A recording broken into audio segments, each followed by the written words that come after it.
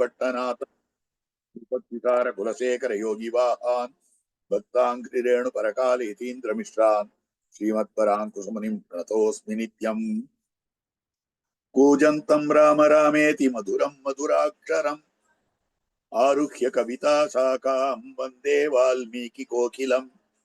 वाल्मीकिर्मुनिसिंहस्य कविता वनचारिणः शृण्वन् रामकथानादं को न याति परां गतिम्।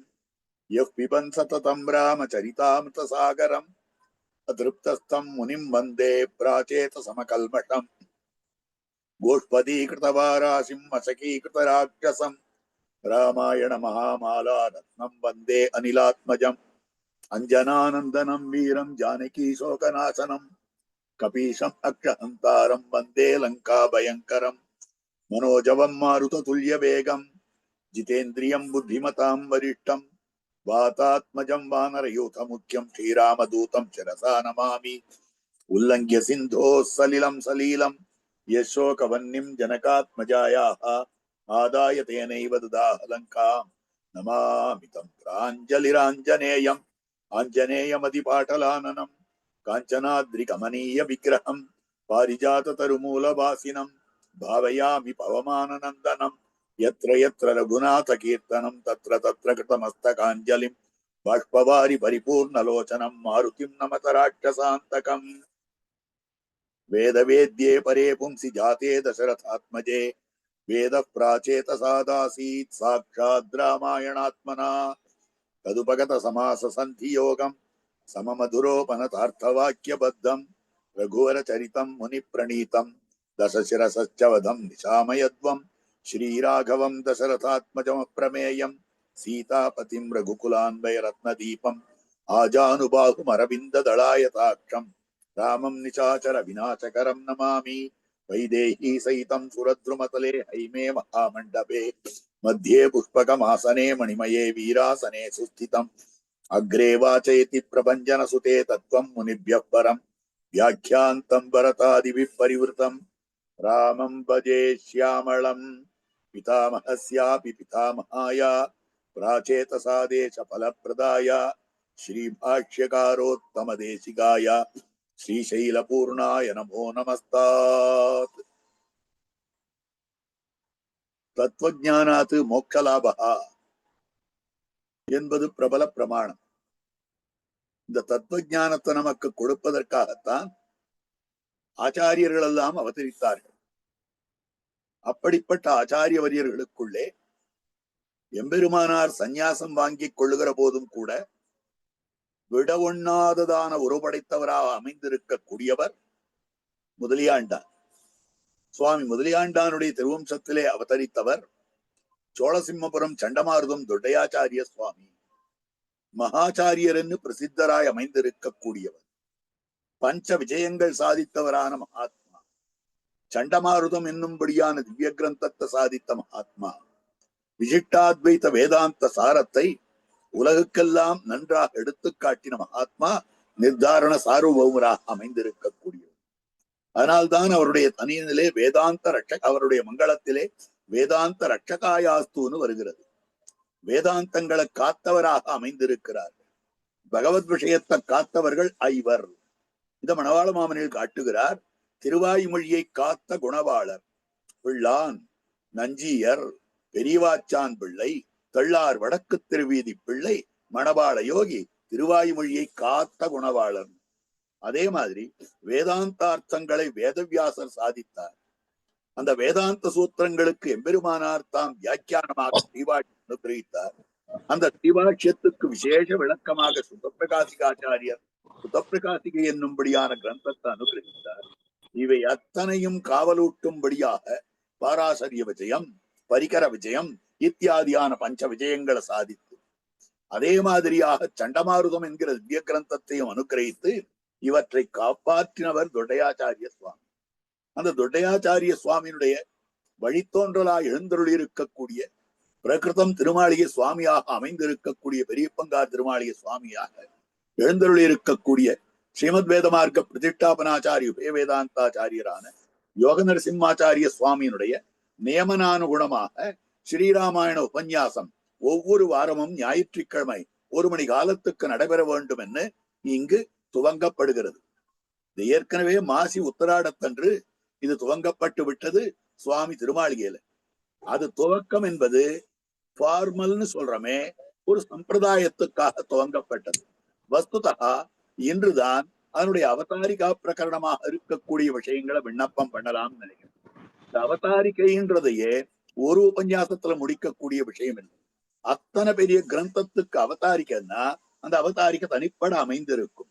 விசேஷமாக நம்ம பார்ப்போமே ஆனால் பகவத் விஷயம்னு சொல்றோம், திருவாய்மொழின்னு சொல்றோம். இந்த திருவாய்மொழிக்கு 5 வியாக்கியானங்கள்.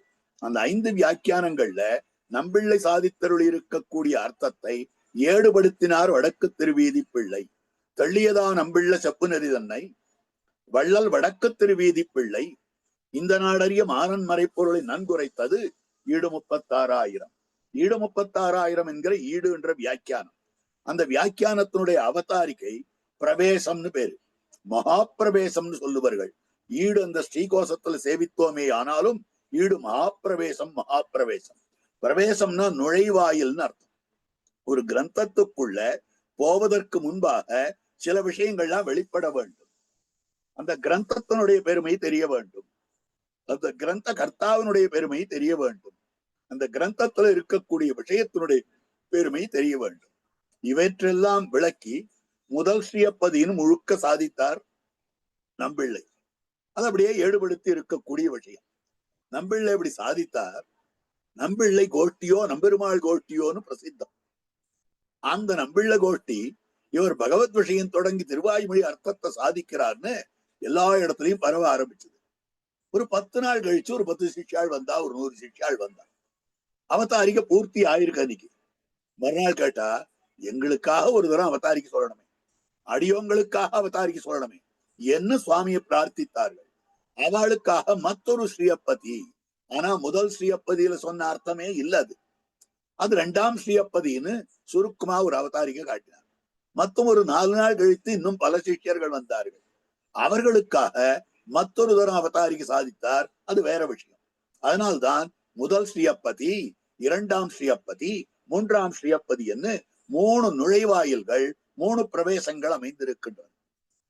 அப்போ ஒரு பிரவேசத்துல என்ன சொல்லப்பட வேண்டும்னா, வக்தாவான பேசுறவனுடைய பெருமை, அதாவது அந்த கிரந்த கர்த்தாவனுடைய பெருமை, அந்த கிரந்தத்தினுடைய பெருமை பிரபந்த வைலட்சண்யம், பிரதிபாத்திய வைலட்சண்யம். பக்திரு வைலட்சண்யம், பிரபந்த வைலட்சண்யம், பிரதிபாத்திய வைலட்சண்யம், இவை அத்தனையும் அமைந்திருக்க வேண்டியதுனாக்கா ஒரு பிரவேசமாக, ஒரு அவதாரிகையாக இருக்க வேண்டியது. அதுதான் அற்புதமான நூல் சிறப்பு, நூல் பொருட்சிறப்பு, நுவல்வோன் சிறப்பு. இந்த 3ம் அமைந்திருக்க வேண்டும்னு காட்டப்படுது. அப்போ திருவாய்மொழி 1000 பாசுரங்களுக்கு அவ்வளவு பெரிய அவதாரிகை. அதே மாதிரி ஸ்ரீராமாயணத்துக்குன்னு பார்த்தோம்னா ஸ்ரீராமாயணத்துடைய பெருமையை சொல்லி ஆகணும். ஸ்ரீராமாயண கர்த்தாவாக அமைந்திருக்கக்கூடிய வால்மீகி பகவான் பெருமையை சொல்ல வேண்டும். ஸ்ரீராமாயணத்துல சொல்லப்படும்படியான விஷய கௌரவம் அதையும் சொல்ல வேண்டும். இதெல்லாம் அமைந்திருக்கக்கூடியதுதான் ஒரு கிரந்தத்தினுடைய அவதாரிகை. இப்ப முதல்ல அவதாரிகைனா என்னன்னு சொல்லணுன்றதுக்காக விண்ணப்பம் பண்ணினேன்.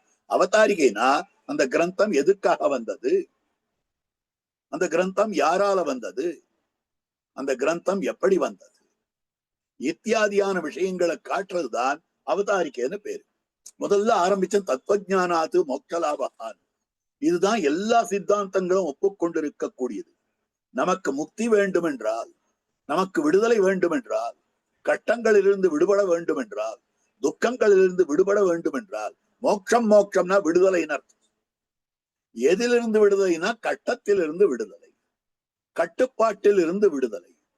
பெரிய கட்டுப்பாடு எதுன்னா இந்த சம்சார மண்டலத்தில், இந்த சரீரத்தில் நாம கட்டுப்பட்டு இருக்கிறோமே, இதை விட பெரிய கட்டுப்பாடு கிடையாது. அப்ப இதிலிருந்து விடுபட வேண்டும்னு தான் எல்லா ஜீவாத்மாக்களுக்கும் குறிக்கோள். அப்ப அத்தனை ஆச்சாரியர்களும், அத்தனை சித்தாந்திகளும், அத்தனை வேதாந்திகளும் யார் யாரெல்லாம் தத்துவ ஞானத்தை சொல்றேன்னு ஆரம்பிக்கிறாளோ அவளுக்கெல்லாம் என்ன குறிக்கோள்னா 2 விஷயம் தான் சொல்லுவான். முக்கியமான விஷயம் அடைய வேண்டியது இன்னது, அதை அடைவதற்கு வழி இன்னது. அடைய வேண்டியது இன்னதுன்றது மோட்சம், அடைவதற்கு வழின்றது அதுக்கு உண்டானதான உபாயம். அந்த உபாயத்தை அவர்கள் எல்லாரும் என்ன சொல்றான்னா, உண்மை அறிவினாலேயே முக்தி. முக்தி உண்மையாக இருக்க வேண்டும் என்றால் அதுக்கு உண்மையான அறிவு வேண்டும். அப்ப முக்தி உண்மையாக இருக்க வேண்டும்னா உண்மையான அறிவு, அதை எதை கொண்டு பெற முடியும்? இப்ப அறிவை பெறுவதற்கு நமக்கு சாதனங்கள் பல இருக்கின்றன. புஸ்தகத்தை பார்த்து படித்துக்கிறோம், அறிவு வருது. உபதேசம் கேட்டு பெறுகிறோம், அறிவு வருகிறது. நேரடியாக கண்ணால பார்த்து தெரிந்து கொள்ளுகிறோம், காதால கேட்டு தெரிந்து கொள்ளுகிறோம், அனுமானம் பண்ணி யூகித்து தெரிந்து கொள்ளுகிறோம். இப்படி எல்லாம் சொல்றோம். இப்படி அறிவை நமக்கு கொடுக்கக்கூடிய கருவிக்கு பிரமாணம், பிரமாணம்னு பேரு. எதை கொண்டு நாம அறிவு பெறுகிறோமோ அதுக்கு பிரமாணம்னு பேரு. இந்த பிரமாணங்களை 8ன்னு சாதாரணமா பல சாஸ்திரகாரர்கள் சொல்லி இருக்கிறார்கள். ஆனால் நம்ம சம்பிரதாயத்துல 3ஐத்தான் பிரமாணமாக ஒப்புக்கொண்டிருக்கிறோம். 3 பிரமாணங்கள். அதாவது அறிவை அளவிட்டு, அதாவது ஒரு பொருளை அளவிட்டு அறியக்கூடிய கருவியாக இருக்கக்கூடியது, அதுதான் பிரமாணம். அது எதுனா நேர பார்த்து தெரிந்து கொள்ளுவது. இது மலை, இது மடு, இது கருமை, இது வெளுமை, இப்படி எல்லாம் அதனுடைய நிறத்தை தெரிஞ்சுக்கிறோம், உயரத்தை தெரிஞ்சுக்கிறோம், அளவை தெரிஞ்சுக்கிறோம். இது சொர சொரப்பா இருக்கிறது, இது மழமழன்னு இருக்கிறது, இது மெத்தன் இருக்கிறது. இப்படி நம்முடைய புலன்களாலே உணரப்படும்படியான உணர்வுக்கு, புலன் அறிவுக்கு, புலப்படும்படியான பொருள்களுக்கு என்ன பெயர்னு கேட்டால் அதைத்தான் பிரத்யக்ஷம்னு சொல்றாங்க. அக்ஷம்னா கண்ணு, கண்ணுக்கு எதிர இருக்கிறதுன்னா புலன்களுக்கு எதிர்க்க. கண்ணுன்னு ஒன்ன சொன்னது 5 புலன்களையும் வச்சுக்கோங்க. மெய், வாய், கண், மூக்கு, செவி என்னும்படியான 5 புலன்களையும் வச்சுக்கோங்க. இப்ப 5 புலன்களாலே பெறப்படும்படியான அறிவு இருக்கிறதே, அது பிரத்யக்ஷ சித்தமானது. இது உஷ்ணமா இருக்கு, வெந்நீர் கொண்டு வந்து கொடுத்தா ரொம்ப உஷ்ணமா இருக்கு, கொஞ்சம் விழாவு. அப்ப உஷ்ணமா இருக்குன்னு எப்படி தெரிஞ்சது? தொட்டு பார்த்து தெரிஞ்சுட்டோம். அதே மாதிரி இது கருப்பா இருக்கு, கண்ணால பார்த்து தெரிஞ்சுட்டோம். இப்படி நம்முடைய புலன்களால் அறியக்கூடிய ஞானம் இருக்கு. இது பிரத்யக்ஷம். ஆனா எல்லாவற்றையும் புலன்களாலே அறிந்து கொள்ள முடியுமான்னா முடியாது. நம்ம சரீரத்துக்குள்ள இருக்கிற ஆத்மாவை புலன்களாக உணர முடியுதா? மனசால ஒரு வேளை தெரிஞ்சுக்கலாம். சரீரத்துக்குள்ள இருக்கிற ஆத்மாவை புலன்களால உணர்ந்து கொள்ள முடியவில்லை. அதே மாதிரியாக பகவான்றவரை புலன்களால தெரிஞ்சுக்க முடியுமா? ஆழ்வார் காட்டுகிறார், கக்கிலி உன்னை காணுமாறருளாய், கண்ணுக்கு இலக்காகாதவனே உன்னை நான் காண வேண்டும். அப்ப நச்சுஷா கிருஹ்யதே மனசாது விசுத்தேனா, கண்ணால காணப்படியாத அவ்வுரு என்றேனும் கட்கண்ணால் காணாத அவ்வுரு. அப்ப கண்ணால காணப்பட முடியாததாய் அமைந்திருக்கக்கூடிய இந்த தத்துவம்னா வேற எதாலேயோ தானே காணணும், வேற எதாலேயோ தானே உணர்ந்து கொள்ள வேண்டும். அப்படி இருக்கக்கூடிய தத்துவம் பகவான்ற தத்துவம். பிராட்டிய நேர பார்த்து தெரிஞ்சுக்க முடியுமா? புலன்களால தெரிஞ்சுக்க முடியுமா? ஆழ்வார் காட்டுகிறார், மனநக மலமரம் அலமிசை எழுதரும் மனநுணர் வளவிலன் பொறியுணர் வகையிலன் இனநுணர் முழு நலம் எதிர்நிகள் கழிவினும் இனநிலன் எனனுயிர் மிகு நரையிலன். மனநுணர் வளவிலன் பொறியுணர் வகையிலன். மனசாலையும் உணர்ந்து கொள்ள முடியாது, இந்திரியங்களாலையும் உணர்ந்து கொள்ள முடியாது. அவன் காட்டினால் காணலாமே ஒழிய நம்முடைய முயற்சியால் எப்படியும் நமக்கு தெரியாது. காட்டவே கண்ட பாதகமலம் நல்லாடை உந்தி என்றார் திருப்பாணாழ்வார். அப்ப அந்த பகவான் தத்துவத்தை பிரத்யட்சத்தால தெரிஞ்சு கொள்ள முடியாது. சரி, அடுத்தது இன்னொன்னு இருக்கு. இந்த பிரத்யட்சம் போலவே மத்தொன்னு இருக்கிறது கருவி, அதனால பொருள்களை தெரிந்து கொள்ளலாமே, அது என்ன கருவின்னு கேட்டார்கள். அதுதான் அனுமானம். அனுமானம்னா தெரிந்த ஒன்றை கொண்டு தெரியாத ஒன்றை அறிவது. ஒரு மலையில குபுகுபுன்னு புகை வந்துட்டு இருக்கு. இந்த புகை வரத பார்த்ததும் மலையில நெருப்பு இருக்கு. எப்படிப்பா நெருப்பு இருக்குன்னு தெரியும்? நீதான் நெருப்பையே பார்க்கலையே, நெருப்பு தான் கண்ணுக்கே படலையே, கண்ணுலயே நெருப்பு தெரியாத போது உனக்கு எப்படி நெருப்பு தெரியும்னு கேட்டார். இல்ல, புகை இருக்கு, அதனால நெருப்பு இருக்கு. புகையை கொண்டு நெருப்பை அனுமானிக்கிறோம் அப்படின்னு காட்டிட்டார். எப்படி புகையை கொண்டு நெருப்பை அனுமானிக்கிறோம்னா, ஏற்கனவே புகையையும் நெருப்பையும் திருமடப்பள்ளியிலே நான் பார்த்திருக்கிறேன். நெருப்பு இருந்து அதுல இருந்து புகை வந்தது, இதுக்கு அதுக்கு இருக்கிற சம்பந்தம் தெரியும். ரெண்டையுமே நான் ஏற்கனவே பார்த்திருக்கிறேன். அதனால் இப்ப புகை இருந்தால் நெருப்பை விட்டு புகை இருக்காதுன்னு தெரியும். இப்படி அனுமானித்துக் கொள்ளுதல் அனுமானம்னு பேரு. இது ஒரு பிரமாணம். சரி, இந்த பிரமாணத்தை வச்சுன்னு பெருமாளை தெரிஞ்சுக்கலாமா? இந்த பிரமாணத்தை வச்சுட்டு ஆத்மாவை தெரிஞ்சுக்க முடியுமா? ஓரளவுக்கு ஆத்மாவை தெரிஞ்சுக்கலாம்.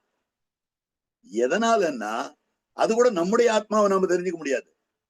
அடுத்தவனுடைய ஆத்மாவை தெரிஞ்சுக்கலாம்.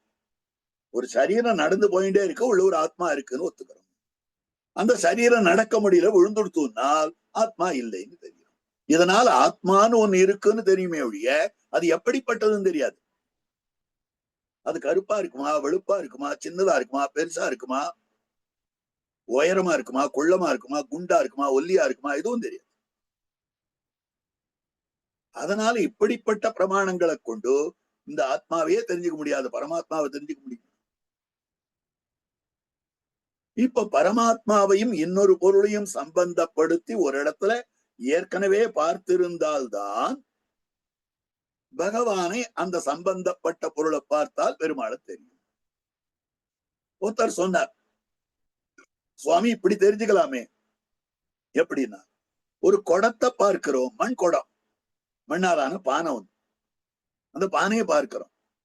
பார்த்ததும் இந்த பானையை செய்தவன் கொயவன் ஒருவன் இருக்கிறான் முடிவு பண்ணிவிடலாம். எப்படி முடிவு பண்ணலாம்னால், ஏற்கனவே கொயவன் பானைய பண்றதை பார்த்தோம். இதை வச்சு பொதுவான ஒரு சட்டம் நமக்கு புரியுது. எந்த பொருளும் அந்த பொருளை செய்தவன் ஒருவனை கொண்டிருக்கிறது. நிமித்த பூதனான ஒருத்தனை காரணமாக கொண்டிருக்கிறது. அப்ப நிமித்த பூதனான குலாலன் இருக்கிறான். அந்த குலாலனாலே பண்ணப்பட்டது. அதனாலே அந்த பானையை பார்ப்பதும் அந்த குயவனாரை தெரிந்து கொண்டிருக்கிறேன் அப்படின்னு சொல்ற வார்த்தையை புரிஞ்சுக்கலாம். இந்த வார்த்தையை புரிஞ்சுட்டா நன்னாதான் இருக்கு, ரொம்ப அழகாதான் இருக்கு. ஆனா அந்த குலாலன அளவுலதான் இந்த உலகத்தை பார்த்துக்க முடியும். இப்போ ஒருத்தன் சொன்னான், இந்த மாதிரி அனுமானத்தாலே இந்த சம்சார மண்டலம் செய்யப்பட்ட ஒரு விஷயம். எத்தனையோ மலை இருக்கு, மடு இருக்கு, ஆகாசம் இருக்கு, நெருப்பு இருக்கு. இதெல்லாம் தானா உருவாகிடுமா? ஆறாவது ஒருத்தன் உருவாக்கி இருக்க வேண்டும் அல்லவா? குடத்தை எப்படி குலாலன் உருவாக்கினானோ அதே போல பிரபஞ்சத்தை பகவான் உருவாக்கினான். ஆக பிரபஞ்சத்தை உருவாக்கினவன் பகவான்.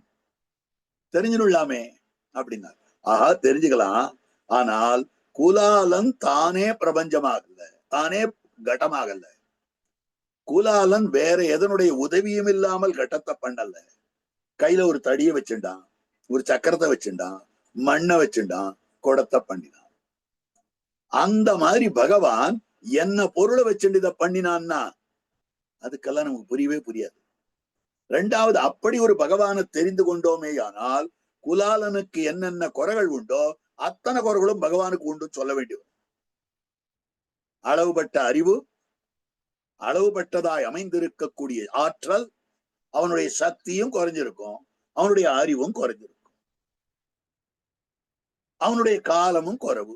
இந்த மாதிரி நாம பகவானை புரிஞ்சுட்டா சரியா இருக்குமா?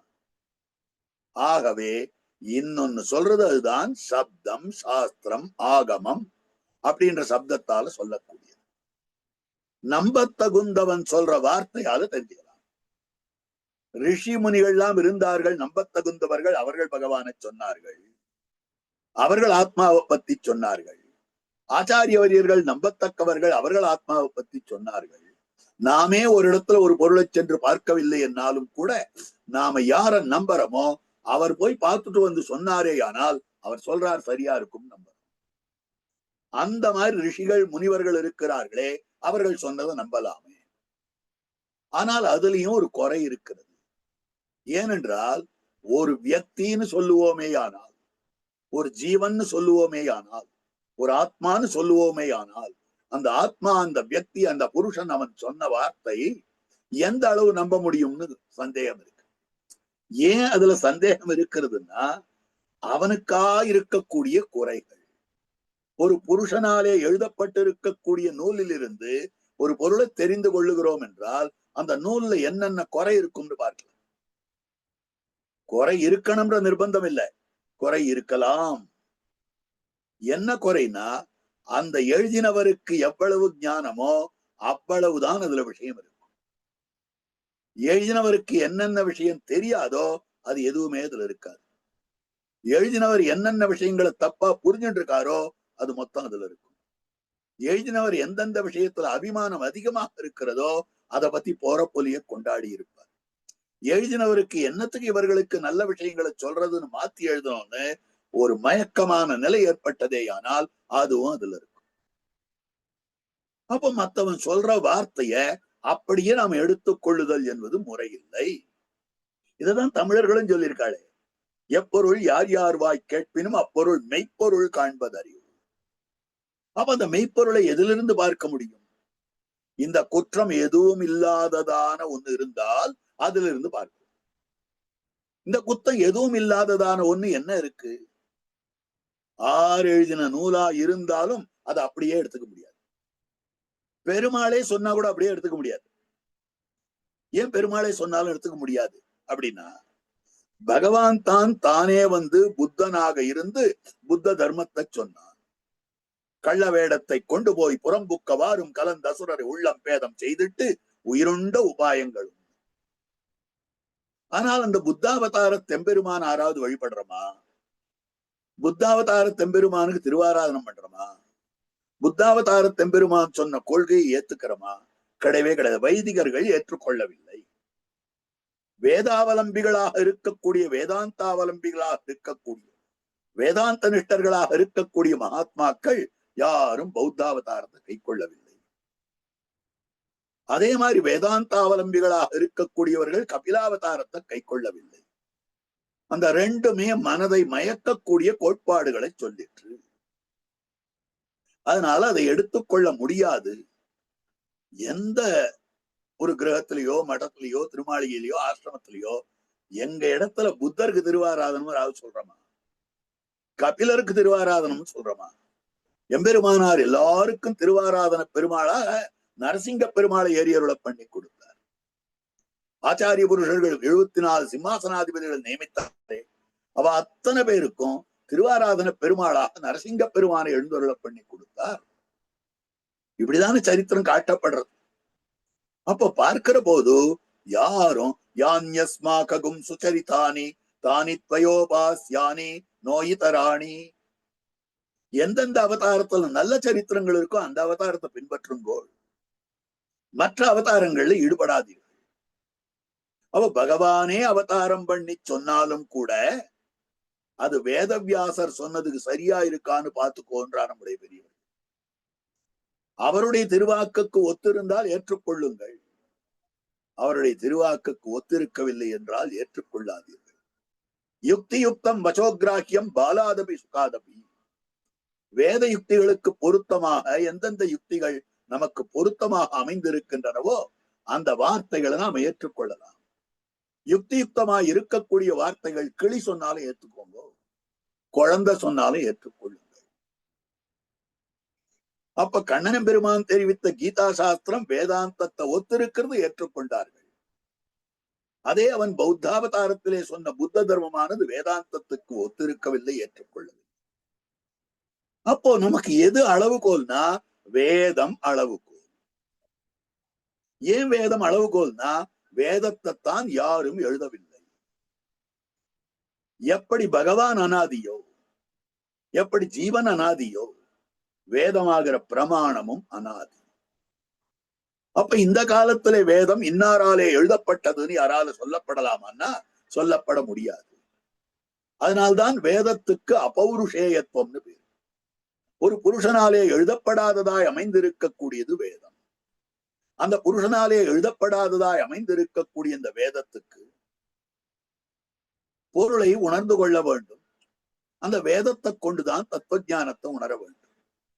அந்த வேதமானது எப்படி அமைந்திருக்கிறதுனா நித்தியமாக அமைந்திருக்கிறது. ஒருவராலும் எழுதப்படாதுன்னா அனாதி. எப்ப அனாதியோ அதுக்கு அந்தமும் கிடையாது. எதுக்கு ஆதி இருக்கிறதோ அதுக்குதான் அந்தம் உண்டு. எதுக்கு ஆதி இல்லையோ அதுக்கு அந்தம் இல்லை. இது நன்னா புரிந்து கொள்ள வேண்டும். எது நடுவாந்தரத்துல வந்ததோ அது நடுவாந்தரத்திலேயே போயிடும். எது அனாதி சித்தமாக இருக்கிறதோ அது அனந்தமாக அமைந்திருக்கக்கூடியது. இப்படிதான் சொல்லும்படியான விஷயமாக அமைந்திருக்கு. அப்ப வேதத்துக்கு ஆரம்பம் இல்லைன்னா முடிவும் கிடையாது.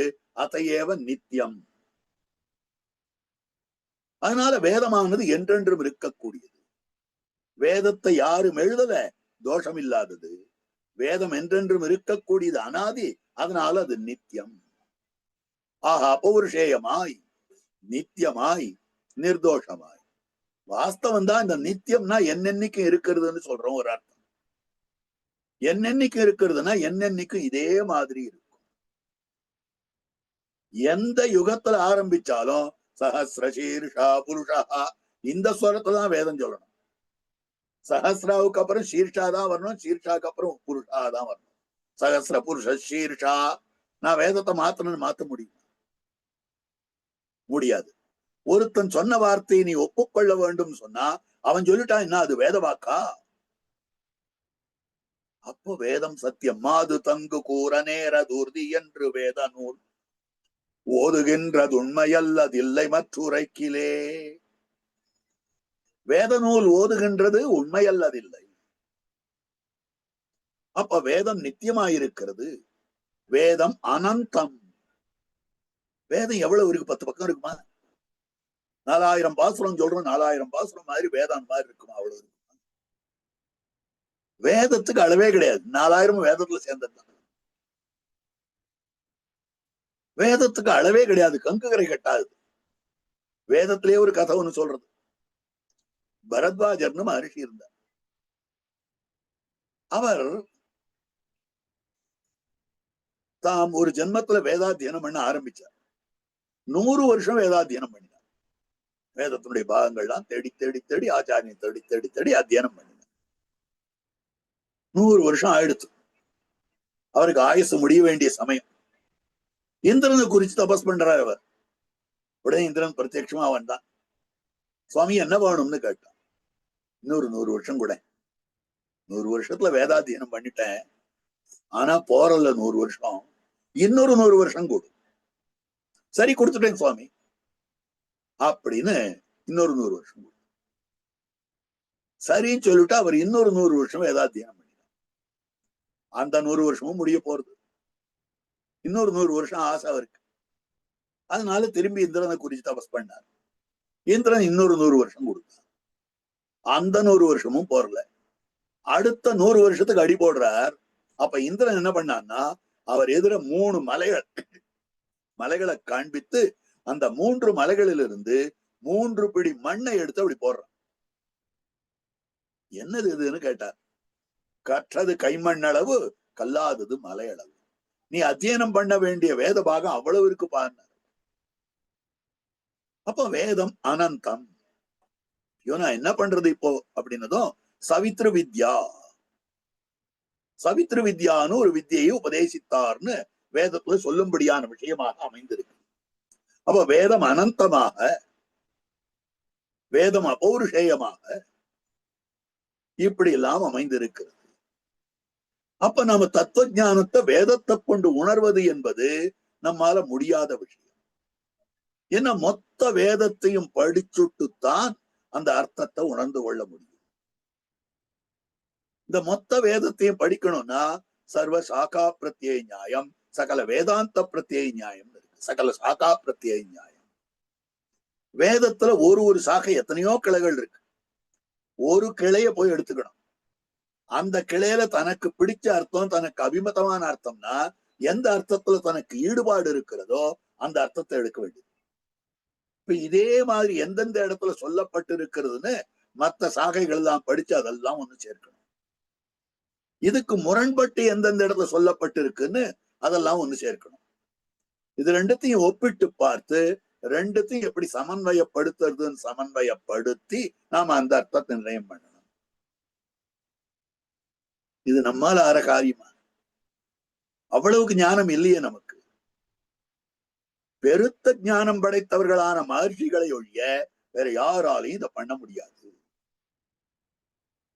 அப்ப என்ன பண்றதுன்னா, நாம இதனுடைய கருத்துக்களை விவரிக்க வேண்டும் என்னால் வேற எதையாவது கொண்டுதான் நாம விவரிக்க வேண்டுவதாக அமைந்திருக்கிறது. அதனால்தான் ஸ்ரீவச்சன பூஷண ஆரம்பத்துல வேதார்த்தம் அறுதியிடுவது. வேதத்தினுடைய கருத்து இன்னதுன்னு சொல்லணும்னால் ஸ்மிருதி இதிகாச புராணங்களாலே, தர்மசாஸ்திரத்தாலே, இதிகாசங்களாலே, புராணங்களாலே. ஸ்மிருதி தர்மசாஸ்திரங்கள் மகர்ஷிகள் நினைச்சு நினைச்சு நினைச்சு எழுதி வச்சிருக்காங்க. இப்படி பண்ணா என்ன பண்றது, இந்த மாதிரி ஒருத்தம் கேட்டா என்ன பண்றது, இப்படி வந்தா என்ன பண்றது, இந்த மாதிரி ஜென்மம் எடுத்தா என்ன பண்றது, இப்ப என்ன அனுஷ்டானம் பண்ணணும், இப்ப என்ன அனுஷ்டானம் பண்ணணும், குழந்தை பிறந்தால் என்ன விதமான சடங்கு இருக்கு, கல்யாணம்னா எப்படிப்பட்ட சடங்கு, குழந்தைக்கு ஜாதகர்மா எப்படி பண்ணணும், நாமகரணம் எப்படி பண்ணணும், அன்னப்பிராசனம், சௌளம், உபநயனம், என்னென்ன சடங்குகள் உண்டோ மொத்தத்தையும் சொல்லும். ஒரு மனுஷனுக்கு அமைந்திருக்கக்கூடிய சம்ஸ்காரங்கள் எத்தனை உண்டோ அத்தனையும் தர்மசாஸ்திரம் சொல்லும். மகர்ஷிகள் நினைச்சு நினைச்சு நினைச்சு இந்த நானுடைய தர்மம், பிராமணன்னா இப்படி இருக்கணும், வைசியம்னா இப்படி இருக்கணும், சன்னியாசினா இப்படி இருக்கணும், கிரகஸ்தன்னா இப்படி இருக்கணும், ஒன்னுத்தையும் யோசனை பண்ணி பண்ணி எந்த விதமான குத்தமும் இல்லாமல் எழுதியிருக்காரு. மனு, அத்ரி, யாஜ்ஞவல்கியர், பராசரர், இப்படிப்பட்ட மகாத்மாக்கள்லாம் தர்மசாஸ்திரங்கள் எழுதினவர். இதுதான் ஸ்மிருதின்னு சொல்லப்படும். அடுத்து இதிகாச புராணங்கள். இதிகாசம், இப்படி நடந்தது, இப்படி நடந்தது, இப்படி நடந்ததுன்னு சொல்லப்படுவது இருக்கிறதே, அது இதிகாசம். புராணம்னா பழைய கதை, எப்ப கேட்டாலும் புதுசா இருக்கும். புராபி நவம். புராணம்ன்ற சப்தத்துக்கு என்ன அர்த்தம்னா புராபி நவம், பழசா இருந்தாலும் புதிதாக எது அமைந்திருக்கிறதோ அதுதான் புராணம்னு சொல்லப்படுறது. அப்ப இதெல்லாம் காட்டி கொடுத்திருக்கிறார். அப்ப இதெல்லாம் எதுக்காக பண்ணப்பட்டன அப்படின்னா வேதத்தினுடைய கருத்தை விவரிப்பதற்காக பண்ணப்பட்டன. இதிகாச புராணாபியாம் வேதம் சமுப பிரம்மயேத்து விபேதி அல்பஸ்ருதாத்து வேதா மாமயம் பிரதரிஷதி. சரி, இந்த இதிகாச புராணம் ஸ்மிருதின்னு சொல்றங்கோ, இந்த வேதம்னா என்னதுன்னு கேட்டா, வேதம்னா பூர்வ பாகம் உத்தர பாகம்னு ரெண்டு பாகம் இருக்கு. பூர்வ பாகம் கர்மத்தை சொல்லுகிறது. கர்மம்னா அவளுடைய செய்ய வேண்டிய அனுஷ்டானங்கள், என்னென்ன பண்ணணும், எப்படி நடந்துக்கணும், வாழ்க்கை முறை எப்படி இருக்கணும். சரி, அந்த வாழ்க்கை முறையாலே பூஜிக்கப்படுபவனான பகவானுடைய ஸ்வரூபம் என்ன, அது வேதாந்தம் சொல்றது. அதுதான் உபனிஷத்துன்னு சொல்லுகிறார். ஆக வேதம் பூர்வ பாகம் கர்ம காண்டம்னு சொல்றது, நாம பண்ண வேண்டிய அனுஷ்டானத்தை சொல்லுகிறது. உத்தர பாகமாக அமைந்திருக்கக்கூடியது அது பிரம்ம காண்டம்னு சொல்றது, அது பரபிரம்மத்தினுடைய ஸ்வரூபம். பகவான் எப்படி இருப்பான், எங்கெல்லாம் இருப்பான், என்னமா இருப்பான், என்ன குணங்களோடு இருப்பான், எப்படி எல்லாம் வருவான், இதெல்லாம் சொல்றது உபனிஷத் பாகம் சொல்லுகிறது. அப்ப பூர்வ பாகம் கர்மத்தை சொல்லுகிறது, உபனிஷத் பாகம் பிரம்மத்தை சொல்லுகிறது. அப்போ சில பேர் என்ன ஆரம்பிச்சார்னா, கர்மம் இருந்தால் போரும், நான் என்னுடைய கடமையை செய்தால் பலன் கிடைச்சிட்டு போறது, எனக்குன்னு என்ன விதமான கர்மாக்கள் அமைந்திருக்கின்றனவோ அந்த கர்மாக்களாலே எனக்கு பலன் கிடைக்கிறது. ஆங்கிலத்துல சொல்ல வேண்டும் என்னால், once a system is formulated we will automatically get the result. அதனால இந்த ரிசல்ட்டை கொடுக்கறதுக்குன்னு ஒருத்தன் வேண்டாம், அதுக்கு பலனை கொடுக்கறதுக்குன்னு ஒருத்தன் வேண்டாம். சிஸ்டம் ஃபார்முலேட் ஆயிடுத்தே, அது போருமே. இதுக்கு பலன் கொடுக்கறதுக்குன்னு ஒரு தெய்வத்தை எதுக்காக கொண்டு வரங்கோ? நீங்க கர்மத்தை செய்தீர்களேயானால் உங்களுக்கு பலன் கிடைச்சிடும் கேட்டா, உடனே இன்னும் சில பேர் கேட்க ஆரம்பிச்சா, சுவாமி கர்மம்ன்றது என்னது, கர்மம்ன்றது என்னதுன்னு கேட்டாங்க. கர்மம்னா ஆக்ஷன் ஆங்கிலத்துல சொல்றோம், இங்கிலீஷ்ல ஆக்ஷன் சொல்றோம். இந்த ஆக்ஷன் எப்ப ஆரம்பிக்கிறது, இந்த கர்மம் எப்ப ஆரம்பிக்கிறது, எப்ப நான் செய்யறனோ அப்ப ஆரம்பிக்கிறது. நான் செய்யறதுக்கு முன்னால் அந்த கர்மம் இல்ல. எது வரைக்கும் இருக்கு, நான் செய்து முடிக்கிற வரைக்கும் இருக்கு. பலன் எப்ப கிடைக்கிறது, இந்த கர்மத்தை பண்ணி முடிச்ச பிற்பாடு கிடைக்கிறது. அப்ப நான் செய்ய ஆரம்பித்த போது உருவாகி செய்து முடித்தவுடன் மாண்டு போகிறது. அப்ப மாண்டு போன கர்மம் எப்படி பலனை கொடுக்க முடியும்? கொடுக்க முடியாது. அப்பதான் கர்மத்துக்கு லைஃபே இல்லையே, வாழ்க்கையே இல்லையே, அது ஜீவனே இல்லையே. அப்ப இந்த கர்மத்தாலே சந்தோஷப்பட்டவன் பலன் கொடுக்கிறான். நாம 1 மாச காலம் உத்தியோகம் பண்றோம். அந்த உத்தியோகத்துக்கு முதல் தேதி அன்னைக்கு அடுத்த மாசம் முதல் தேதி சம்பளம் கொடுக்கிறார். சரி, சம்பளம் கொடுக்கிற முதலாளி, நான் இந்த 30 நாள் வேலை செஞ்சேன், இந்த வேலை கொடுக்கல எனக்கு. இந்த வேலையினாலே சந்தோஷப்பட்ட முதலாளி கொடுக்கிறான் சம்பளத்தை. அந்த மாதிரியாகத்தான் இந்த இடத்திலேயும் கூட நாம செய்த கர்மத்தினாலே சந்தோஷப்பட்ட ஆரோ ஒருத்தன் கொடுக்கிறான். அதை ஒத்துக்கலவா? நாம கர்மம் பண்ணுவதற்கு முன்னால இல்லாத ஒன்னும் கர்மம் பண்ணினபடியால உதிக்கிறது, முளைக்கிறது. அதுக்கு பேர் கர்மாபூர்வம்னு பேரு. அந்த கர்மாபூர்வம் தான் பலனை கொடுக்கிறது. அது இல்லாத அதுக்கு ஒண்ணும் பிரமாணமே இல்லையே, உருவாருதுன்னு ஒண்ணு தெரியலையே, அது பலனை கையில கொண்டு வந்து கொடுக்கறதா தெரியலையே, அது ஒப்புக்கொள்ள முடியாது. அப்ப இந்த கர்மத்தாலே சந்தோஷித்த பகவான் பலனை தருகிறார் அப்படின்னு சொல்லும்படியான விஷயம். அப்ப இந்த கர்மத்தை மாத்திரம் ஒப்புக்கொள்ளுபவர்கள் இருக்கிறார்களே, அவளுக்கு மீமாம்சகால்னு பேரு. மீமாம்சா சாஸ்திரம் நிறைய இருக்கு. பூர்வ மீமாம்சா சாஸ்திரம். ஜெய்மினி என்ற மகர்ஷி, வேதவியாசருடைய சிஷ்யர், அவர் தான் அதுக்கு 16 அத்தியாயம் எழுதி வச்சார். பூர்வ மீமாம்சா சாஸ்திரம்னு வேதத்தினுடைய கர்மானுஷ்டானங்களை வச்சு அதை ஆராய்ச்சி பண்ணி எழுதியிருக்கார். மீமாம்சா சூத்திரங்கள், பூர்வ மீமாம்சா சூத்திரங்கள், பிரம்மசூத்திரம் போல். இன்னும் சில பேர் என்ன சொன்னா, கர்மம்ன்றது இந்த உலகத்துல நம்ம கட்டுப்படுத்துறது, பிரம்மம்ன்றது இந்த உலக வாழ்க்கையிலிருந்து நம்மை விடுவிக்க கூடியது. கட்டுப்படுத்தக்கூடிய கர்மத்தை விட்டுடுங்கோ, விடுவிக்கக்கூடிய பிரம்மத்தை பிடிச்சுக்கோங்கோ. வேதாந்தம் முக்கியம், வேதம் முக்கியம் அல்ல. வேதத்துல கர்மகாண்டம் முக்கியம் அல்ல, பிரம்மகாண்டம் முக்கியம்னு ஒருத்தர் கொடி பிடிச்சார். இன்னொருத்தர் கொடி பிடிச்சது, வேதத்துல பிரம்மகாண்டமே வேண்டாம், வேதமே கர்மத்தை சொல்லுகிறது, அதனால கர்மகாண்டம் தான் வேண்டும் அப்படின்னு அவர் கொடி பிடிச்சார். பெருமானார் பார்த்தார், இல்ல ரெண்டும் தான். ஏன் இது ரெண்டும் வேண்டும் அப்படின்னு கேட்டால், கர்மம்ன்றது என்னது தெரியுமா? பகவானுக்கு பண்ணும்படியான பூஜை. சந்தியாவந்தனம் பண்ணினால் அவனுடைய ஆணையை செய்தோம்னு அவனுடைய சந்தோஷத்துக்கு உறுப்பாகிறது. அதனால்தான் நம்ம அனுஷ்டானத்துல எந்த அனுஷ்டானமா இருந்தாலும் சங்கல்பம் பண்ணச்சே ஸ்ரீ பகவதாக்ஞியா பகவத் கைங்கரிய ரூபம்னு பண்றோம். அப்ப எம்பெருமானுக்கு பண்ணும்படியான கைங்கரிய ரூபமாக கர்மங்கள் அமைந்திருக்கின்றன. எந்த வேத விகிதமான கர்மத்தை அனுஷ்டித்தாலும் கூட, கர்மகாண்ட விகிதமான கர்மத்தை அனுஷ்டானித்தாலும் கூட, தர்மசாஸ்திர விகிதமான கர்மத்தை அனுஷ்டித்தாலும் கூட, அது அத்தனையும் பகவத் கைங்கரியமாகிறது. நம் ஆச்சாரியர்கள் காட்டுகிறார்கள், கர்மம் கைங்கரியத்திலே புகும். கர்மம்ன்றது எதுல புகும்னா கைங்கரியத்திலே புகுகிறது, அதை தவிர மத்தொன்னும் கிடையாது அப்படின்னு காட்டி கொடுத்திருக்கிறார். அப்போ கைங்கரிய ரூபமாக இருக்கக்கூடியது கர்மம். இந்த கைங்கரியத்தாலே, ஆராதனத்தாலே, பூஜையாலே எவனொருத்தன் பூஜிக்கப்படுகிறானோ அவனுடைய ஸ்வரூபத்தை சொல்லக்கூடியது பிரம்மபாகம், அவனுடைய ஸ்வரூபத்தை சொல்லக்கூடியது பிரம்மகாண்டம், அவனுடைய ஸ்வரூபத்தை சொல்லக்கூடியது உபனிஷத் பாகம். ஆகவே நமக்கு கர்மகாண்டமும் வேண்டும், பிரம்மகாண்டமும் வேண்டும். இதுல ஒன்னை விட்டு ஒன்னு இருக்க முடியாதுன்னு எம்பெருமானார் தான் ஸ்தாபித்துக் கொடுத்திருக்கிறார். அதனால்தான் நாம ஐக்க சாஸ்திரியவாதிகள்னு பேர்.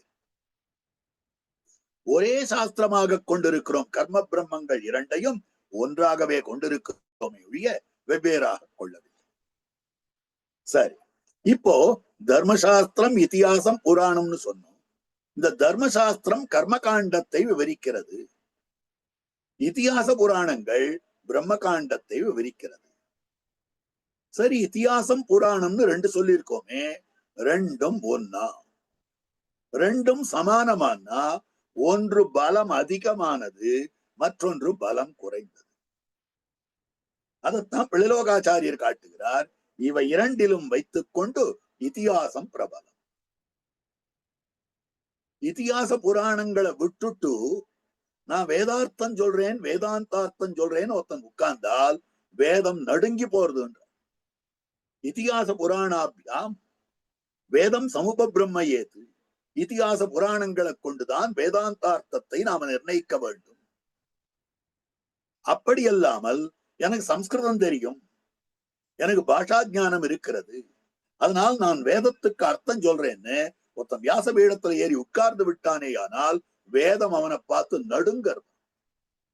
ஐயோ என்னை கலக்கிட போறானே, என்னுடைய உண்மையான அர்த்தத்தை சொல்லாத விட்டுடுவானே, என சின்னாபின்னமாக்கிடுவானே, வாஸ்தவ அர்த்தம் தெரியாத போயிடுமேன்னு வேதம் கலங்குகிறது.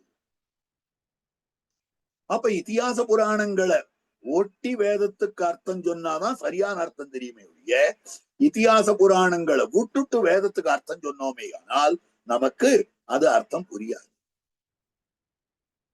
அர்த்தம் புரியாதுன்றது மாத்திரம் இல்ல, விபரீதார்த்தமும் தோணும். இதை விட்டுட்டு வேதத்துக்கு அர்த்தம் சொன்ன விபரீதார்த்தமும் தோணும்.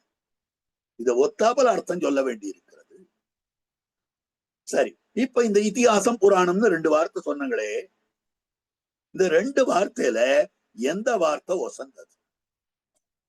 ரெண்டுமே சமமா? இதிகாசம் சொன்னாலும் எடுத்துக்கோ, புராணம் சொன்னாலும் எடுத்துக்கோ, எடுத்துடலாமா? அப்படின்னா அந்த மாதிரி சொல்லல. இதிகாசம் சொன்னதையே புராணம் சொன்னால் நீ எதை வேணாலும் எடுத்துக்கோ. இதிகாசத்தை விட மாறுபட்டு புராணம் சொன்னால் நீ இதிகாசத்தை எடுத்துக்கோ, புராணத்தை எடுத்துக்கொள்ளாதே. இதுதான் நம்ம ஆச்சாரியர்கள் சாஸ்திரமே காட்டு. அப்படி என்ன இதிகாசத்துக்கு பெருமைனா, இவை இரண்டிலும் வைத்துக் கொண்டு இதிகாசம் பிரபலம். இதிகாசம் பலம் மிக்கது. இதிகாசம் புராணமும் ஒன்னா சொன்னா எதை வேணாலும் எடுத்துக்கோ. இதிகாசம் புராணம் வெவ்வேறு சொன்னா இதிகாசம் சொல்றது மட்டும்தான் எடுத்து. வேடிக்கையா சொல்றது உண்டு. ஒரு வேலைக்காரன் ஒருத்தன் ஒரு கிரகத்துல போய் சேர்ந்தான் வேலைக்கு. அவன் அந்த எஜமான இடத்துல கேட்கிறான், ஐயா நீங்க சொல்றது நான் கேட்டு நடக்கணுமா, இல்ல எஜமானி அம்மா சொல்றது கேட்டு நடக்கணுமான்னு கேட்டான். உடனே அந்த எஜமானர் தன்னுடைய பெருமையை விட்டு கொடுக்க முடியுமா? நான் சொல்றதையே அம்மா சொன்னாங்கன்னா நான் சொல்றதை கேளு, நான் சொல்றதை விட்டு மாறுபட்டு அம்மா சொன்னாங்க அம்மா சொல்றது. புராணம் சொல்றதையே இதிகாசம் சொல்றதையே புராணம் சொன்னால் புராணம் சொல்றது கேளு, இதிகாசத்தை விட மாறுபட்டு புராணம் சொன்னா இதிகாசம் சொல்றது கேளு. அப்ப புராணம் சொன்ன வார்த்தையை மறுக்கக்கூடிய தன்மை இதிகாசத்துக்கு இருக்கிறது, கீழே தள்ளக்கூடிய தன்மை இதிகாசத்துக்கு இருக்கிறது. அதனால்தான் இதிகாசத்தினுடைய பிராபல்யம்னு காட்டப்படும். இவை இரண்டிலும் வைத்துக் கொண்டு இதிகாசம் பிரபலம். கொஞ்சம் சம்ஸ்கிருத இலக்கணம் பார்க்கலாம். சம்ஸ்கிருத இலக்கணத்துல துவந்த சமாசம், துவந்த சமாசம்னாக்கா உண்மை தொகைன்னு சொல்றது. இந்த ரெண்டு பொருள்களை ஒண்ணு சேர்க்கிற போது இதுவும் அதுவும் சொல்ற இடத்துல இது அது அப்படின்னு சொல்லலாம். ராம லக்ஷ்மணர்கள், ராமனும் லக்ஷ்மணனும்னு அர்த்தம், ராம லக்ஷ்மணர்கள். அப்ப அந்த உண்மை தொகைன்னு தமிழ்ல சொல்ற. இந்த உண்மை தொகையில எதை முதல்ல சொல்லணும் எதை ரெண்டாவது சொல்லணும் சட்டம் இருக்கு. அல்பாச்தரம் பூர்வம், இது ஒரு சட்டம். அல்பாச்தரம் பூர்வம், எந்த சொல்லிலே அச்செழுத்து குறைவா இருக்கிறதோ அது முதல்ல சொல்லணும். உயிரெழுத்து, அச்செழுத்துனா உயிரெழுத்து. எந்த சொல்லிலே ரெண்டு சொற்களுக்குள்ள எந்த சொல்லிலே உயிரெழுத்து குறைவா இருக்கிறதோ அதை முதலிலே சொல்ல வேண்டும். எந்த எழுத்து எதுல உயிரெழுத்து அதிகமா இருக்கிறதோ அதை இரண்டாவது சொல்ல வேண்டும். இதுதான் துவந்த சமாசம். இதிகாச புராணம் அப்படின்னு இருக்கு. இந்த இதிகாசத்துல எப்படி இருக்குன்னா, இ தி ஆ ச. ஈல ஈ இருக்கா, தீல ஒரு ஈ இருக்கா, ஆவுல ஒரு ஆ இருக்கா, சாவுல ஒரு ஆ இருக்கா. ஆக 4 உயிரெழுத்து இருக்கு இந்த இதிகாசத்துக்கு. பூராண, பூல ஊருக்கு, ராவுல ஆருக்கு, நாவுல ஆருக்கு. ஆக இது 3 உயிரெழுத்துக்கள். இப்ப 4 உயிரெழுத்துக்கள் இருக்கிற இதிகாசத்தை முதல்ல சொல்லணுமா, 3 உயிரெழுத்து இருக்கிற புராணத்தை முதல்ல சொல்றோம்னா புராண இதிகாசம் அப்படிதான் சொல்லணும். ஆனா ஸ்லோகத்துல எப்படி சொல்லியிருக்குன்னா, இதிகாச புராணாபியாம் வேதம் சமுபப்ரம்மயேத். இதிகாச புராணம்னு காட்டுறது. முதல்ல இதிகாசத்தை கொண்டு சொல்லிருக்கு, 4 எழுத்து இருக்கிறது, அப்புறம் 3 எழுத்து இருக்கிறது சொல்றது. ஏன் அந்த மாதிரி சொல்லி வச்சிருக்க? புராண இதிகாசம்னு தானே சொல்லணும். அப்படி இல்லைன்னா பிள்ளலோகாச்சாரிய சாதிக்கிச்சவே ஸ்ரீவச்சன பூஷணத்துல, அதாவது வேதார்த்தம் அறுதியிடுவது ஸ்மிருதி இதிகாச புராணங்களாலே. இதிகாச புராணங்களால் என்னன்னு சொல்லியிருக்கார், புராண இதிகாசங்களாலேன்னு அவரும் சொல்லல. ஏன் இந்த மாதிரி சொல்லியிருக்கா? அதே சட்டமே, சம்ஸ்கிருத கிராமர் சட்டமே, சம்ஸ்கிருத வியாக்கரண சட்டமே, பாணினி சூத்திரமே இன்னொரு இடத்துல சொல்லும்படியான விஷயம். அபியர்ஹிதம் பூர்வம். துவந்த சமாசத்துல 2 சொற்களுக்குள்ளே எந்த சொல்லுக்கு பெருமை அதிகமோ அந்த சொல் முதல்ல வரணும். எந்த சொல்லுக்கு அவ்வளவு பெருமை இல்லையோ அந்த சொல் 2வது வரணும். இதையும் அதே சட்டம் தான் சொல்லி வச்சிருக்கு. அப்போ இப்படி வந்தாலும் சரி, அப்படி வந்தாலும் சரி, 2த்துக்கும் தாரதமியம் இருக்குமேயானால் அபியர்ஹிதம் பூர்வம் அந்த மாதிரிதான் சொல்லப்பட்டிருக்கக்கூடிய விஷயம். ஒரே ஒரு திட்டாந்தம் சொல்றேன். எம்பாருடைய தனியன் பராசர பட்டர் காட்டுறார். பராசர பட்டர் எம்பார் கூறத்தாழ்வான் 2 பேரையும் ஒன்னாக நமஸ்காரம் பண்றார். வந்தே கோவிந்த தாத்தௌ. பராசர பட்டருடைய தகப்பனார் திருத்தகப்பனார் கூறத்தாழ்வான், பராசர பட்டருடைய ஆச்சாரியன் கோவிந்தர் எம்பார். இப்போ தாத்த கோவிந்தௌ வந்தே தாத்த கோவிந்தௌ. தாத்த ஆ 2 அச்செழுத்து இருக்கு. கோ ஓ இருக்கு, வி இருக்கு, இந்த ஆ இருக்கு. 3 அச்செழுத்து இருக்கு. அப்போ 3 அச்செழுத்து இருக்கிறது 2வதா சொல்லி 2 எழுத்து இருக்கிற தாத்தாவை முதல்ல சொல்ல வேண்டி இருக்க. கோவிந்த தாத்தவுன்னு ஏன் சொன்னார்னா, ஆச்சாரியன் முக்கியமானவர், அவருக்கு பிறகுதான் தகப்பனார். அதனால எங்க தகப்பனார 2வது சொல்றேன், முதல்ல ஆச்சாரியன் சொல்றேன். அதே மாதிரி இதிகாசத்துக்கு ஏற்றம் இவை 2லும் வைத்துக் கொண்டு இதிகாசம் பிரபலம்னு காட்டப்படும். காரணம் என்ன? இதிகாசத்துக்கு என்ன ஏத்தம்? இது சம்ஸ்கிருத கிராமர் பிரகாரம் ஏதோ சொல்லிட்டேன். ஆனால் உண்மையை பார்க்கணுமே. அப்படின்னா யதாபூதவாதித்வம் இதிகாசத்துக்கு அதிகம்.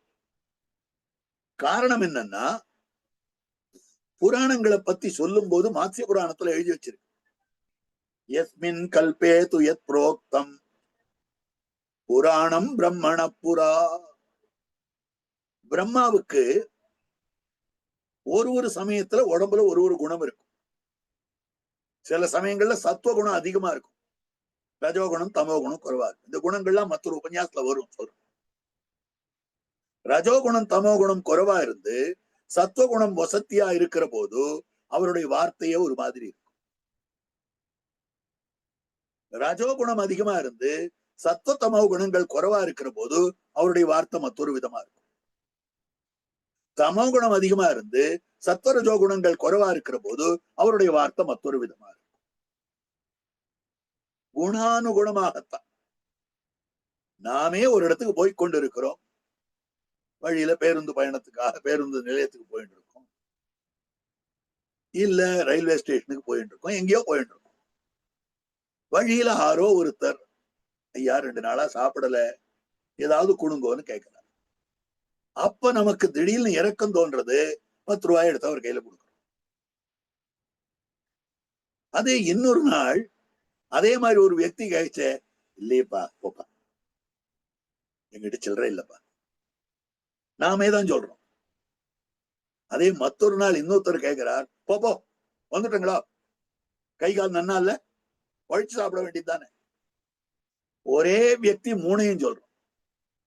ஒரு நாள் 10 ரூபாய் எடுத்து கொடுத்தோம், ஒரு நாள் இல்லையப்பான்னு கொஞ்சம் சப்மிசிவா சொன்னோம், ஒரு நாள் போன்னு மிரட்டி சொன்னோம். காரணம் என்னன்னா, எடுத்து கொடுத்த அன்னைக்கு நமக்கு சத்துவகுணம் அதிகமா இருந்தது. இல்லையேன்னு கொஞ்சம் பவ்யப்பட்டு சொன்ன அன்னைக்கு ரஜோகுணம் இருந்தது. போன்னு மிரட்டின அன்னைக்கு தமோகுணம் அதிகமா இருந்தது. இது நமக்கு மாத்திரம் இல்ல, பிரம்மாவுக்கும் தேவர்களுக்கும் எல்லாருக்கும். எவ்வப்பொழுதெல்லாம் சத்துவகுணம் அதிகமா இருக்கிறதோ அப்ப ஒருத்தன் கேள்வி கேட்டானே ஆனால் அந்த கேள்விக்கு அவர் சொல்ற பதில் உண்மை. ரஜோகுணம் இருக்கிற போது அவர் சொல்றது தன் பெருமையை சொல்லுவார். அக்னே சிவசிய மகாத்மியம், அக்னி மகாத்மியம், சிவமகாத்மியம், இதெல்லாம் தமோ குணம் அதிகமா இருக்கிற போது சொல்லுவார். தன்னை பத்தி, சரஸ்வதி பத்தி, இத்தியாதி பத்தி எல்லாம் சொல்றது அது ரஜோகுணம் அதிகமா இருக்கிற போது. பெருமாளை பத்தி சொல்லுவது சத்துவகுணம் அதிகமா இருக்கிற போது. அப்போ புராணங்கள் எல்லாத்தையும் பார்த்தோமே ஆனால் 18 புராணங்கள் இருக்கு. இந்த 18 புராணங்களையும் உலகத்துக்கு எழுதி கொடுத்தவர் வேதவியாசர். ஆனால் 18 புராணங்களுக்கும் கர்த்தா பிரம்மா தான். அதுல இருக்கிற விஷயங்களை ரெக்கார்ட் பண்ணி சேர்த்தவர்னா இவர் இருக்கலாம், ரெக்கார்ட் பண்ணல, டாக்குமெண்ட் பண்ணி சேர்த்தவர். ஆனா அதனுடைய பேஸ் அடிப்படையை போட்டவர் பிரம்மா தன்னுடைய குணானுகுணமாக. அஷ்டாதச புராணாபியாம் கர்த்தா சத்யவதி சுதா 18 புராணங்கள் எழுதியிருக்கார். அதுல பகவான பத்தின புராணம், விஷ்ணு புராணம், ஸ்ரீபாகவதம் இத்தியாதியான புராணங்கள்லாம் சாத்விகமான புராணங்கள் 6. அந்த சாத்விகமான புராணங்களைத்தான் கை கொள்ளலாம். ரஜஸ்தமோ குணங்கள் இருக்கிற புராணங்களை கை கொள்ளலாகாது. ஆகவே புராணங்கள் அத்தனை ஏற்றுக்கொள்ளத்தக்கதல்ல. அதுல சாத்விகமான புராணங்களை ஆராய்ந்து ஆராய்ந்து ஏற்றுக்கொள்ள வேண்டும்.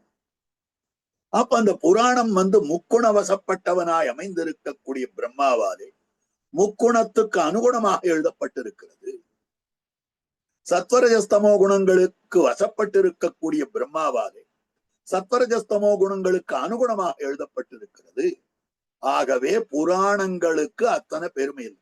புராணங்கள் பிரமாணம் இல்லைன்னே சொல்லல. பிரமாணம் தான் இதிகாசத்தை எதிர்க்காத வரைக்கும், இதிகாசத்துல இருக்கிற அம்சங்களை எதிர்க்காத வரைக்கும் அதையும் பிரமாணமா எடுத்துக்கணும்.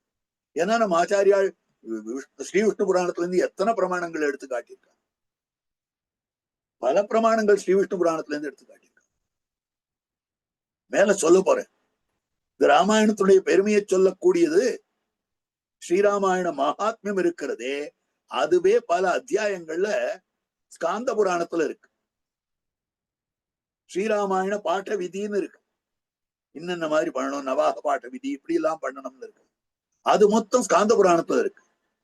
ஸ்ரீராமாயணத்துடைய மகாத்மியத்தை சூத பௌராணிகர் இடத்துல ரிஷிகள்லாம் கேட்டார்கள். சூத பௌராணிகர் இதெல்லாம் சொன்னார்னு இருக்கு. வேதவேத்திய பரே பும்சி ஜாதே தசரதாத்மஜே வேத பிராச்சேத சாதாசீது சாட்சாத் ராமாயணாத்மனா. வேதத்தாலே அறியப்படும்படியான பரமபுருஷன் தான் ராமனாக அவதரித்த போது, தசரத புத்திரனாக அவதரித்த போது அந்த வேதம் தானும் வால்மீகி புத்திரனாக வால்மீகியினுடைய ரச்சனை பண்ணப்பட்டதாக அமைந்திருக்கக்கூடிய ராமாயணமாக தானும் அவதரித்தது.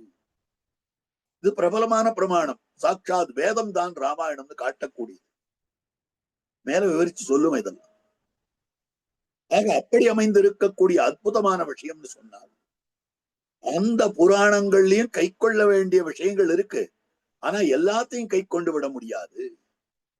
பில்டர் பண்ணி எடுத்துக்கணும், வடிகட்டி எடுத்துக்கணும், வேண்டாத அம்சங்கள்லாம் போடணும். அந்த மாதிரி அல்லாமல் இதிகாசங்கள் பரம சாத்விகர்களான மகர்ஷி பிரணீதங்கள், ஒரு வியாசாச்சாரியர் என்ன, ஒரு வால்மீகி பகவான் என்ன, இவர்களாலே சாதிக்கப்பட்டதாக அமைந்திருக்கிறது. புராணம்ன்றது சிஷ்யனுடைய எண்ணத்துக்கேத்த மாதிரி ஆச்சாரியன் சொல்றது. சிஷ்யன் கேட்பான், எனக்கு லிங்கத்தை பத்தி சொல்றீரா, லிங்கத்தினுடைய பெருமையெல்லாம் சொல்றீரா, உடனே லிங்க புராணம் வரும். எனக்கு ஸ்கந்தனுடைய பெருமையை சொல்றீரா, ஸ்காந்த புராணம் வரும். அக்னியுடைய மகாத்மியம் சொல்றீரா, அக்னி புராணம் வரும். அப்போ கேட்கிற கேள்வி எப்படி இருக்கும்னா, அதுல அந்த கேள்விகள் எல்லாம் சிறப்பாக இருக்கும். சிறப்பாகனா ஒரு தெய்வத்தை குறித்ததாக இருக்கும். ஆனால் பெருமாளை பத்தி வரும்படியான புராணங்களை நீங்க பார்த்தீர்களே ஆனால் அந்த மாதிரி பெருமாளை பத்தின பேச்சை கேள்வி கேட்கிற சிஷ்யன் கேட்க மாட்டான். கேள்வி கேட்கிற சிஷ்யன் எது மேலான தத்துவம், எதை அடைந்தால் மோட்சம் போகலாம், எது கருணை இருக்கிற தத்துவம், இப்படிதான் கேட்பான். ஸ்ரீ விஷ்ணு சஹஸ்ரநாம அத்தியாயத்திலே பார்க்கலாம். கிமேகம் தெய்வதம் லோகே கிம் வாப்யேகம் பராயணம் ஸ்துவந்தக்கம் கமர்ச்சந்த பிராப்னியுர்மானவா சுபம் கோதர்ம சர்வதர்மாணாம் பவத பரமோ மதः கிம் ஜபன் முச்யதே ஜந்துர் ஜன்ம சம்சார பந்தனாத். எது எது எதுன்னு கேள்வியை ஒழிய விஷ்ணு எப்படி விஷ்ணு எப்படி விஷ்ணு எப்படி இல்லை. அதுல எல்லாம் அந்தந்த தேவதா விசேஷத்தை பத்தி குறிச்சு கேட்கிற கேள்வி. இந்த தேவதையினுடைய மகாத்மியத்தை சொல்றீரா? இந்த ஊர்ல யார் பெரியவர்னு ஒருத்தர் கேட்டா இன்னார்னு ஒரு பதில் வருது. இந்த ஊர்ல அவர் இருக்காரு, ராமசாமி இருக்காரு, அவர் எப்படிப்பட்டவர் அப்படின்னு கேட்டா இது ஒரு ராமசாமி பேர்ல இவருக்கு ஆசை, இவர் முகம் கண்ணுவானேன்னு அவர் இந்திரன் சந்திரனை சொல்லி அனுப்பிச்சுடுவார். அப்போ ஒருத்தர் பெயரை சொல்லி அவர் பெருமையை கேட்டால் பெருமையா, பெயரை சொல்லாமல் யார் பெரியவர்னு கேட்டு வர பெயர் பெருமையா? இந்த வித்தியாசத்தை பார்ப்போமேயானால் பெருமாளை பத்தின புராணங்களாக இருக்கக்கூடிய இந்த சாத்விக புராணங்கள் 6லயும் கேள்வி பொதுவிலே இருக்கும், பதில் சிறப்பிலே இருக்கும். மற்றதெல்லாம் கேள்வியும் சிறப்பில் இருக்கும், பதிலும் சிறப்பில். ஆகவே அப்படி பார்க்கிற பொழுது இந்த அர்த்தங்கள் எல்லாம் காட்டும்படியான விஷயமாக அமைந்திருக்கிறது. எப்படின்னு காட்டப்படுகிறதுன்னா புராணங்களை விட இத்தியாசங்களுக்கு ஏற்றம். அந்த இத்தியாசங்களுக்குள்ள ஸ்ரீராமாயணமாகிற இத்தியாசத்தை இத்தியாச சிரேஷ்டமான ஸ்ரீராமாயணத்தால் சிறையிருந்த வளையத்தன் சொல்லுகிறது. இத்தியாசங்களுக்குள்ளே சிறப்பாக இருக்கக்கூடியது இத்தியாச சிரேஷ்டம். இத்தியாசம் 2 இத்தியாசம்னு பார்த்துட்டோம். ஸ்ரீராமாயணம் மகாபாரதம் 2 இத்தியாசம் தான் இன்னைக்கு நமக்கு பிரசித்தமாக அமைந்திருக்கக்கூடியது. அந்த பிரசித்தமான 2 இத்தியாசங்களுக்குள்ளே மகாபாரதத்தை விட ஸ்ரீராமாயணத்துக்கு ஏத்தம் அமைந்திருக்கிறது. அதனால்தான் இத்தியாச சிரேஷ்டமான ஸ்ரீராமாயணம். அது என்ன இத்தியாச சிரேஷ்டத்தை? இத்தியாசம்னா 2மே ஒண்ணும் தானே சொல்லிட்டு வந்தோம்னா இல்ல இல்ல, இந்த 2லயுமே வித்தியாசம் இருக்கிறது. ஸ்ரீராமாயணத்துக்கு இருக்கக்கூடிய வைபவம் மகாபாரதத்துக்கு இல்லை என்று சொல்லும்படியான விஷயம். இந்த விஷயம் என்னன்றத அடுத்த உபன்யாசத்துல சொல்றேன். அடுத்த உபன்யாசம் ஸ்ரீராமாயண மகாத்மியம். ஸ்ரீராமாயணம் எப்படிப்பட்டது, எப்படிப்பட்ட கிரந்தமாக இருக்கக்கூடியது, அதனுடைய பெருமை என்ன, நம்முடைய சம்பிரதாயத்துக்கு அதுக்கு என்ன சம்பந்தம் இத்தியாதியான விஷயங்களை அடுத்த உபன்யாசத்துல நான் பார்க்கலாம். ஒரு 2-3 உபன்யாசம் நமக்கு அவதாரிக்கே போகும். 2-3 இல்ல 4 உபன்யாசம் கூட போகலாம். ஒன்னொன்னுத்தையும் விரிவாக பார்த்தால்தான் ஸ்ரீராமாயண கதைன்றது எல்லாருக்கும் தெரியும். அன்னைக்கே அடியன் விண்ணப்பம் பண்ணினேன், ஸ்ரீராமாயண கதையானது பாரத தேசத்துல இருக்கிற எல்லா குழந்தைகளுக்கும் கூட தெரியும். ஆகவே கதாபாகத்தை அடியான் அதிகம் விவரிக்க மாட்டேன். ஆனா கதையோட ஒட்டினா போல வரும்படியான ஒரு தத்துவ பாகம் என்ன, நம்முடைய ஆச்சாரியர்கள் எப்படிப்பட்ட அர்த்தங்களை எடுத்து காட்டியிருக்கிறார்கள். பெரியவாச்சான் பிள்ளை தனி ஸ்லோக வியாக்கியானம் அனுகிரகித்திருக்கிறார். நம்பிள்ளை ஈட்டுல பல ஸ்லோகங்களை எடுத்து வியாக்கியானித்திருக்கிறார். இத்தியாதியான வியாக்கியானங்களை எல்லாம் அவலம்பித்து ராமாயணத்தை அனுபவிக்கணும்னு ஆசை. அதற்கு அனுகுணமாக விண்ணப்பம் பண்ணினேன். அடுத்த உபன்யாசத்துல அடுத்த வாரம் ஞாயிற்றுக்கிழமை இதே மாதிரியா 7 மணிக்கு கோட்டியார் எல்லாரும் சேர வேண்டும். இப்ப யாருக்காவது இதுல சந்தேகம் இருந்தால் கேட்கலாம். ஒரு 5 நிமிஷம் ஏதாவது டவுட் கிளாரிஃபைங்கிற மாதிரி வச்சுக்கலாம். அதுக்காக அடியன் சுவாமி, தன்யோஸ்மி சுவாமி. யாருக்காவது சந்தேகம் உண்டா?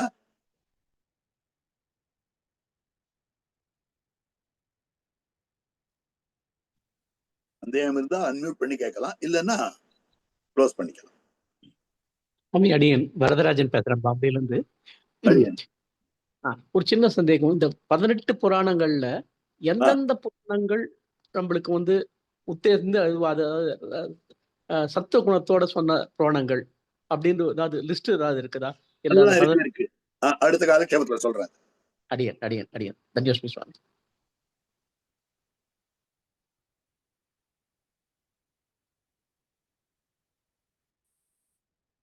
அருமை சுவாமி. அடுத்த உபன்யாசத்துக்கு காத்துட்டு இருக்கோம் சுவாமி. அடியே ரொம்ப பிரமாதமா இருக்குது. ஸ்ரீமதே ராமானுஜாய நமः. அடியேன் சுவாமி தன்யோஸ் ஸ்ரீமதே ராமானுஜாயன் ஹரி தனுஷரி ரொம்ப அருமையா இருந்தது. தன்யோஸ்மி. ஸ்ரீமதே ராமானுஜாய நமः. ஸ்ரீமதே ராமானுஜாய